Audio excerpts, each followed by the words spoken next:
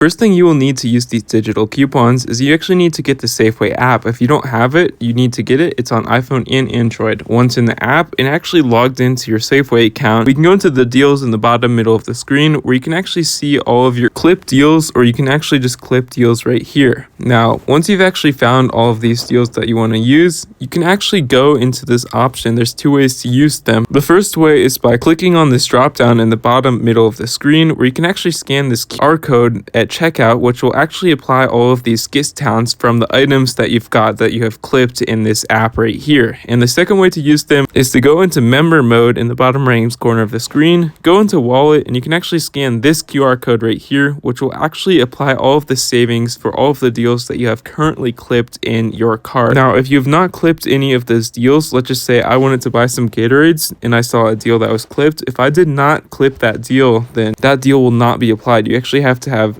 clicked on this button called here clip deals and actually have these in the clip deals option where you can actually scan your QR code at checkout, and that will redeem all of these deals in store for these digital coupons.